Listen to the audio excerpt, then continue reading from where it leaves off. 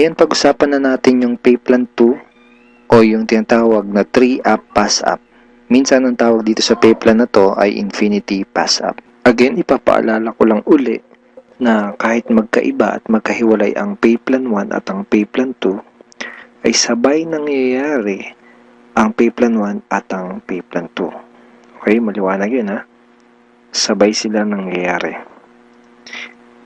In pay plan 2 o yung 3-up pass-up, kikita ka ng $20 sa lahat ng direct referrals mo.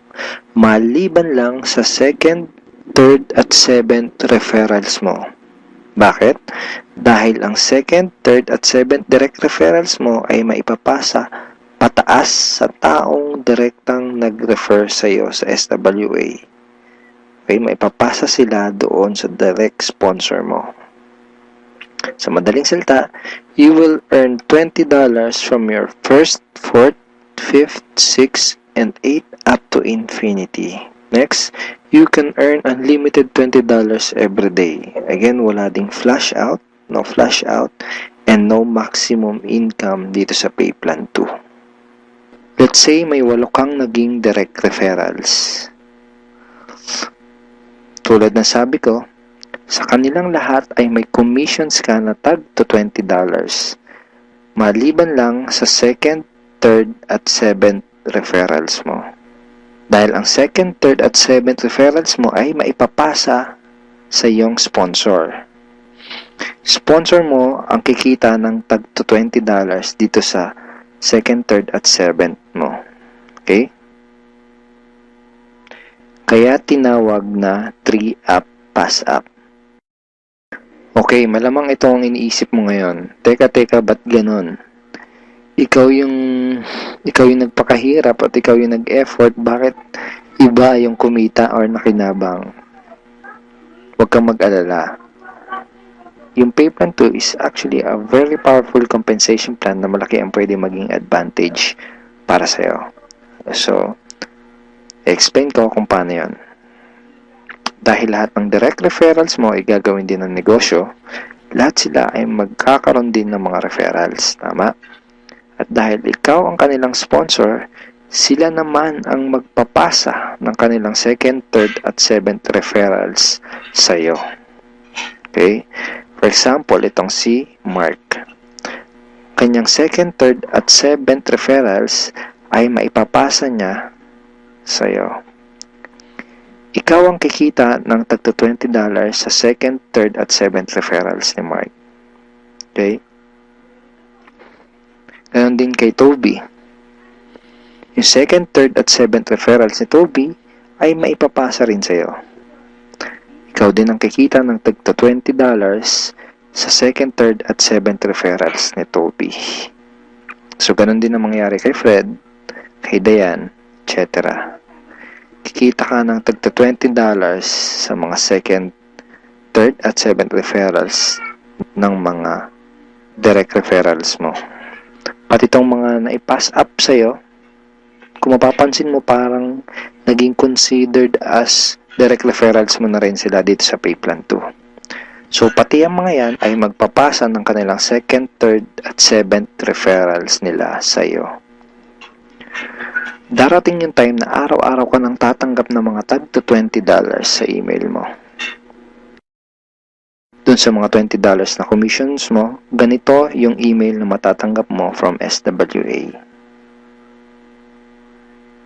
Okay, see the $20.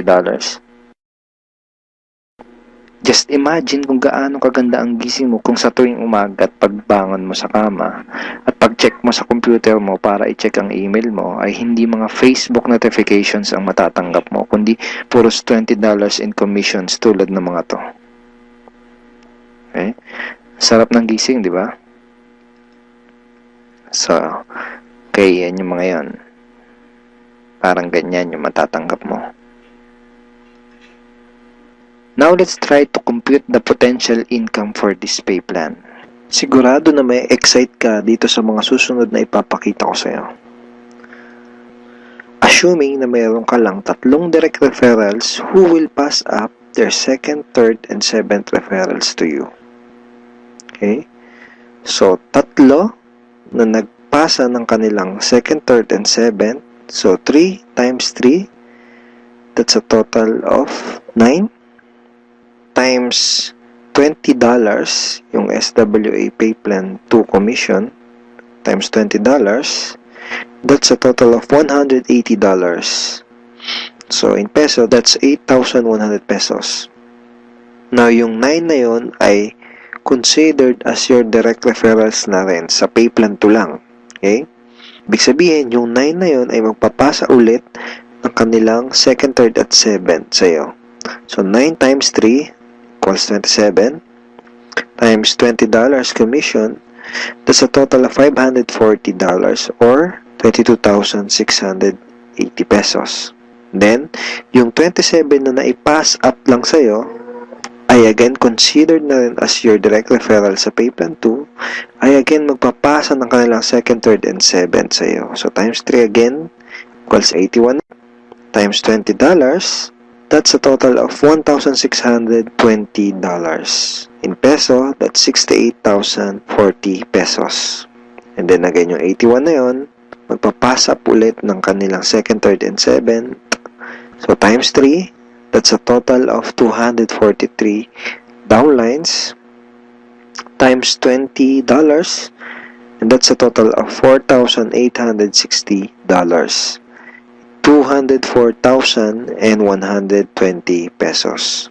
So again, yung 243 na yun, magpapasap ng kanilang 2nd, 3rd, and 7th. That's a total of $729 times $20. That's $14,580.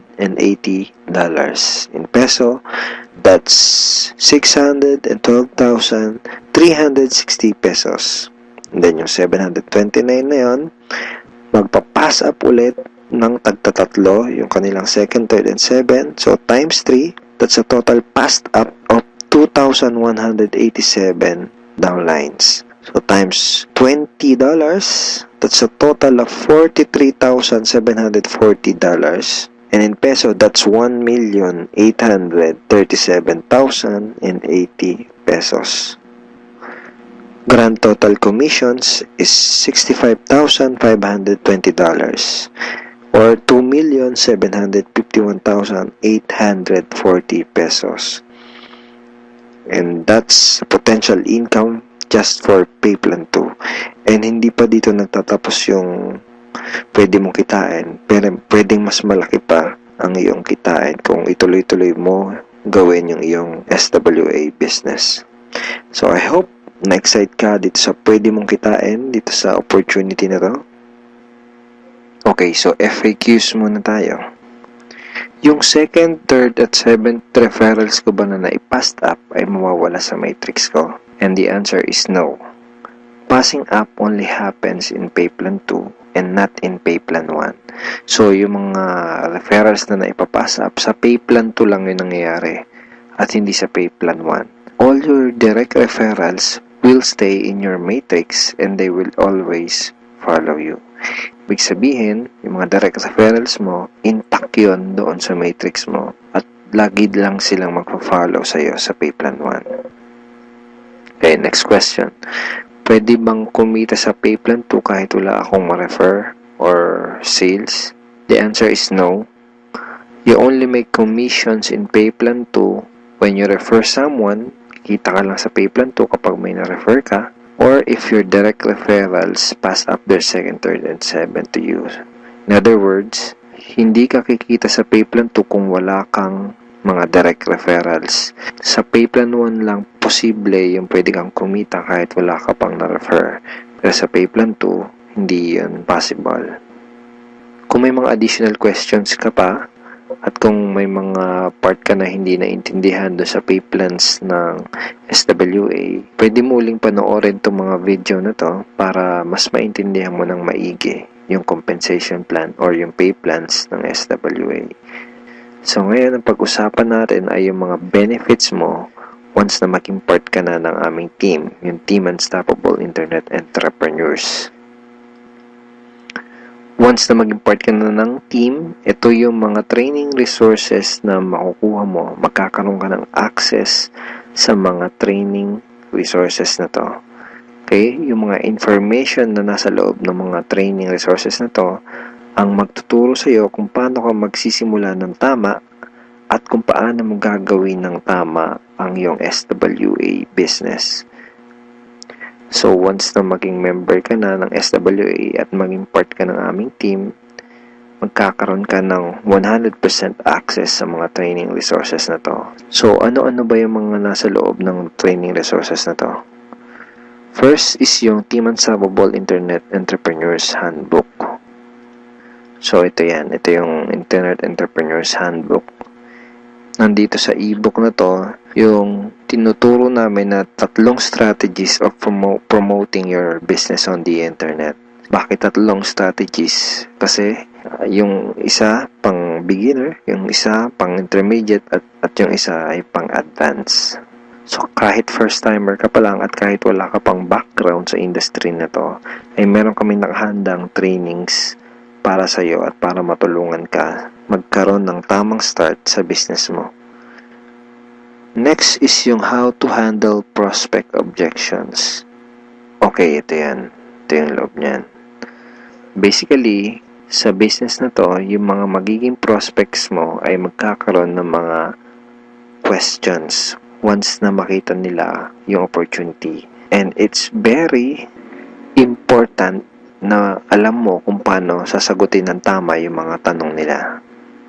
Most networkers ay nagfe-fail dahil hindi nila alam kung paano sasagutin yung mga question ng prospects or yung mga objections ng kanilang prospects. Okay, next is yung Ninja Network Marketing Scripts. How to talk to your leads and prospects on the phone. Okay, ito yun. Basically, these are sets of scripts na magagamit mo kapag kakausapin mo yung mga prospect mo sa phone or sa chat. Pwede rin sa chat or one-on-one.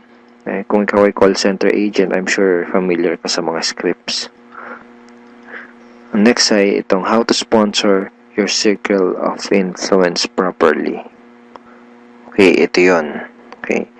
So, ituturo din namin sa iyo kung paano mo i-approach ng tama yung mga kaibigan, kakilala at kamag-anak mo. Dito mo matututunan, dito sa ebook na to, mo matututunan kung paano sila i-approach ng tama. Okay? Yan. May mga sample email din yan na pwede mong isend sa mga kakilala at kaibigan mo. It's a step-by-step training ebook. Okay? Tignan mo step 2. So, isa to sa mga step-by-step na mag-guide sa'yo kung paano mo gagawin yung negosyo mo ng tama kung first time mo pa lang papasok sa ganitong klase ng business. And next ay itong how to create your automatic recruiting system, the 3M system blueprint. Basically, this is a video tutorial paano gumawa ng website na tutulong sa'yo para i-promote ang iyong business. Matututunan mo kung paano ka gagawa ng ganitong klase ng website. Ito yung website na tutulong sa'yo para mas mapadali mong gawin ang iyong SWA business.